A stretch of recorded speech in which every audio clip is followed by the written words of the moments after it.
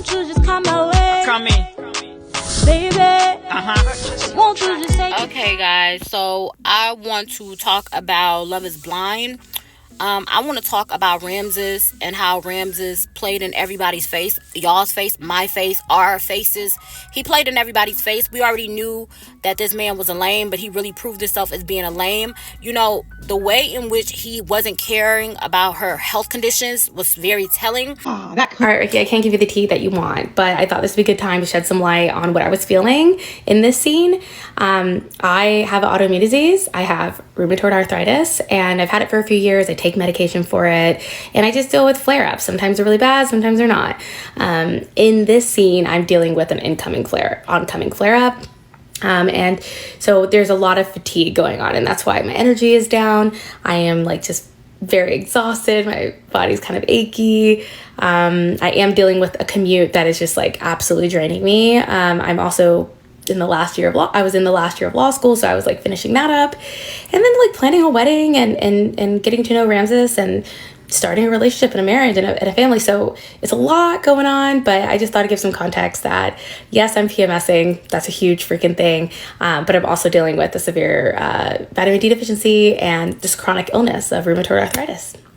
And the way he was so much of a feminist until it took her saying that she didn't want to be on birth control. Then all of a sudden he switched up. He was all here for women's rights until a woman was like, hey, I'm choosing not to be on birth control. So what do you want to do about that? He just seemed like a fake person. He just seemed unrealistic. He just seemed just messed up. However, I also feel as though I want to tell her that I was begging him to stay with me, because he was basically trying to tell her no at the end. I feel like explaining to him one time, yes, but after he said no and you hugged him, you were like, you sure? It just seemed like you was just so broken. And I feel like it ain't nothing wrong with being broken because you really love that man, right?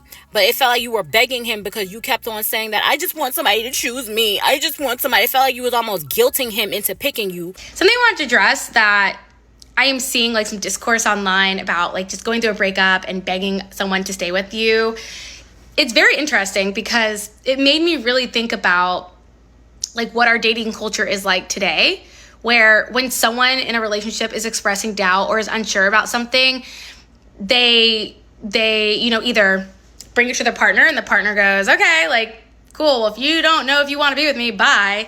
And there's that. Or you have the person who's feeling the doubts is unsure, talks to other people about it, maybe works through it and is solid in the relationship and everything's fine. There's just different scenarios. Regardless, what I'm trying to say is, what did y'all expect from me?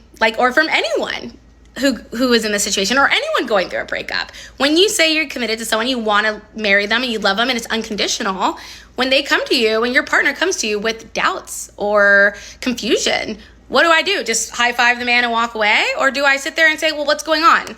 Let's talk about this. You weren't feeling this way yesterday. What's going on? That is not begging someone to stay with them. Asking someone, are you sure, is not begging them to stay. It's saying, are you sure that you feel confident in the decision, or is it something you want to sleep on? It is not a begging. And if you think it is, I can't change your mind, but I just think it's fascinating because in today's society, we're always talking about I want someone to commit. I want someone to be there for me. I want you to be my confidant, my ride and die. But then when you see someone doing that, people are really quick to judge and say I would never. Well, one, would you ever go on TV and put your life, out like I did and be vulnerable? A lot of people wouldn't do that. And it's a hard thing, and not everything was perfect, not everything's pretty, and I wasn't perfect, and I have room to grow and things like that. But at the end of the day, I just think it's important to keep in mind, if you're single and you're out there and you're trying to date, you don't have to beg someone to be with you. If they're telling you the words, I don't want to be with you, you gotta listen to what they're saying. But if you're with somebody who you love and they're coming to you with some doubts and confusions and they don't want to make a rash decision, I think it's completely fair to talk to them and try to reason with them. And maybe I'm wrong. Maybe a psychologist would tell me I'm freaking wrong, but that is my 2 cents on that. And so, yeah, hopefully you enjoyed the rest of the season and saw the beautiful weddings. And yeah, stay tuned.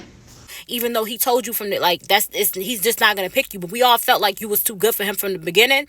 And we all felt like he was a lame with that old school hairstyle with the 2 braids. I guess your mama was right, goddammit.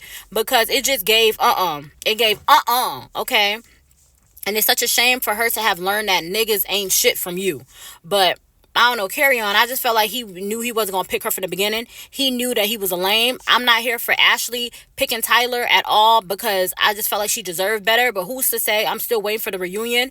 I just feel like the last episode of Love is Blind, the person that ended up really staying together, she was over here making it seem like her being Korean or Asian or something else she was. I forgot. I think like, you were half Asian because your dad was a white man. I just felt like she bigged up that entire situation. It wasn't that big of a deal, but she made it a big dramatic deal, I guess, because he didn't like want his woman to be black. So I guess you felt insecure about the little nationality that you did have, or the, you know what I'm saying, the extra that you did have, because he was just so up against you being a black woman. I don't know. It gave that he's a racist. It gave that she settled. You know what I'm saying? That couple. You know what I'm saying? I just feel as though whatever, Ramses wasted everybody's time, Marissa's time and everybody else's time, and we're here for the reunion. Like, Ashley, what the hell, Ashley? Come on out.